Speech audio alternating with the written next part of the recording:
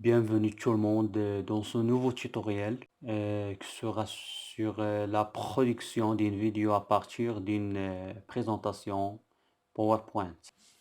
Alors, on va prendre une présentation déjà réalisée en PowerPoint. Alors, j'ai une présentation qui contient seulement 3 diapositives. Alors, je vais pour la première diapositive ici et je vais insérer un son. Alors pour insérer du son, on clique sur insertion, puis audio et on choisit enregistrer l'audio. Alors je clique sur le bouton de l'enregistrement et j'enregistre l'audio ou bien le commentaire pour cette diapositive. Alors je vais enregistrer n'importe quoi. Par exemple, je clique. Bienvenue tout le monde. On va faire un cours sur la concordance des temps à l'indicatif, etc., etc. Et OK. Alors après ça, on va définir les propriétés du son ou bien de l'audio. Alors je clique sur le symbole de l'audio et je vais vers lecture. On trouve que le paramètre début est configuré par défaut par au clic. Alors je vais la changer automatiquement et on coche masquer pendant la présentation pour ne pas voir le symbole de l'audio. Alors c'est bien jusqu'à maintenant. Alors maintenant on va vers la transition, définir une transition pour cette diapositive. Alors on va vers transition et on choisit une transition. Par exemple, je choisis celle-là et on configure les propriétés de cette transition. On décoche manuellement, on laisse seulement après.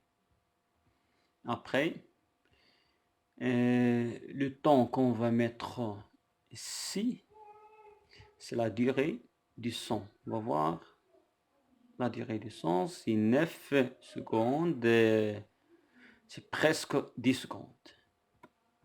Alors, on va faire ici 10 et plus. Il est préférable de laisser toujours une marche de 2 secondes jusqu'à 3 pour chaque fin de diapositive. Alors, on va vers la deuxième diapositive. On va faire la même chose. Insertion de son. Enregistrer l'audio.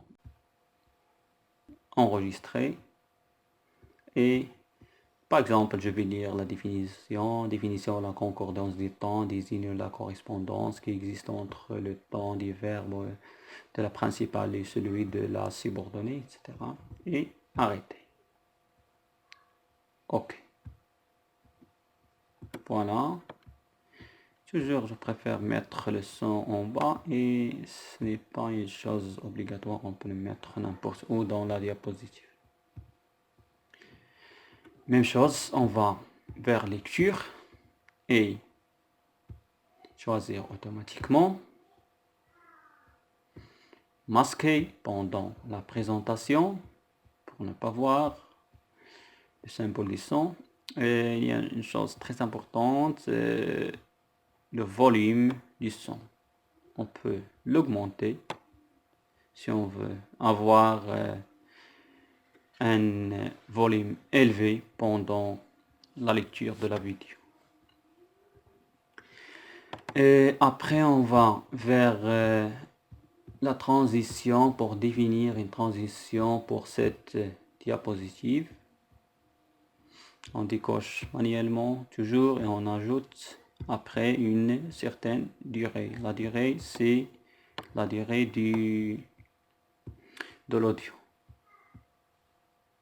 C'est 15, c'est presque 16. Je vais mettre ici 18. Ok, c'est bien.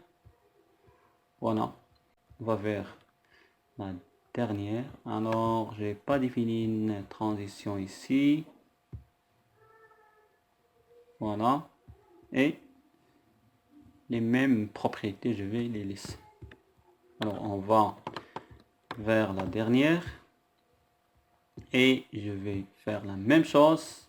Insertion du son et enregistrer l'audio. Par exemple, je vais dire merci de votre attention, etc. Ok.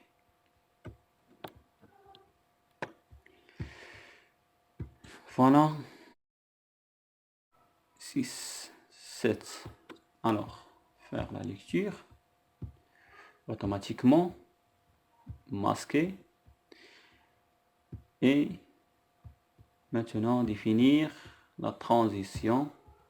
Choisir n'importe quelle transition. Et après, décocher manuellement. Et le temps, c'est 7. Je vais mettre 9 ou bien 8. Et après avoir enregistré les audios et configuré les transitions de la présentation, on va enregistrer ce format vidéo. On va vers Fichier et enregistrer sous, choisir un dossier quelconque, par exemple download, choisir le format MP4 et enregistrer. L'opération peut prendre un peu de temps. Et vers la fin, on va voir le résultat. Voilà, après la fin de la production de la vidéo, on va la lire pour voir le produit final. Bienvenue tout le monde, on va faire un cours sur la concordance des temps à l'indicatif, etc.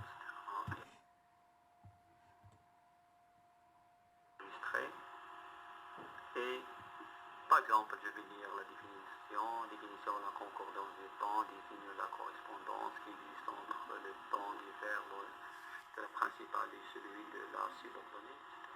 Et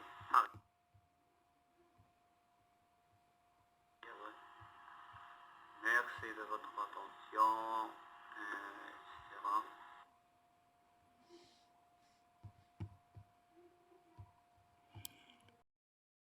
Alors à la fin, merci d'avoir suivi ce tutoriel et à bientôt.